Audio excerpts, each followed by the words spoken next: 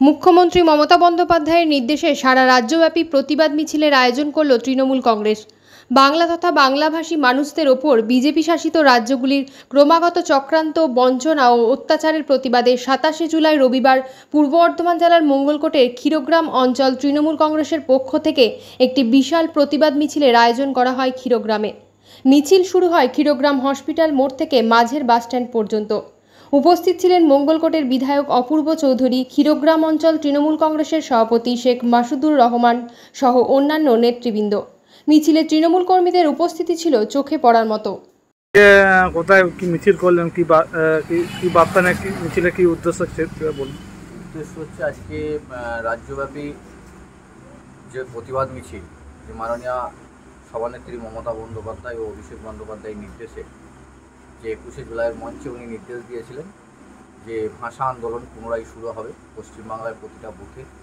সুতরাং সেই অনুযায়ী আমরা আমাদের ক্ষীরগ্রাম অঞ্চলে বিধায়ক অপূর্ব চৌধুরীর নেতৃত্বে আমাদের যে মিছিল অনুষ্ঠিত হলো ভাষা আন্দোলন, আজকে একটা অঞ্চল ভিত্তিক যে মিছিল সেখানে একটা জনজোয়ারে পরিণত হয়েছে।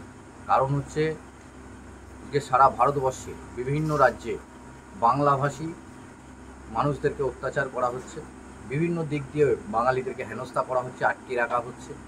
এরকম ডকুমেন্ট দেখানোর পরেও, তারা ভারতবাসী দেখানোর পরেও তাদেরকে অত্যাচার করা হচ্ছে শুধুমাত্র বাংলায় কথা বলে।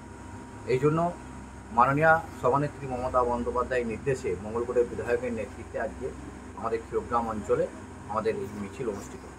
কোথায় শুরু কোথায় শেষ? ক্ষীরগ্রাম হসপিটাল মোড় থেকে মলপুকুর পার পর্যন্ত।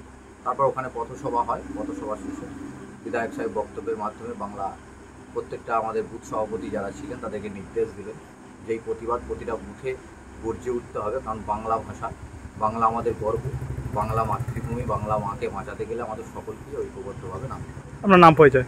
শেখ মাসুদুর রহমান, ক্ষীরগ্রাম অঞ্চল তৃণমূল কংগ্রেস সভাপতি।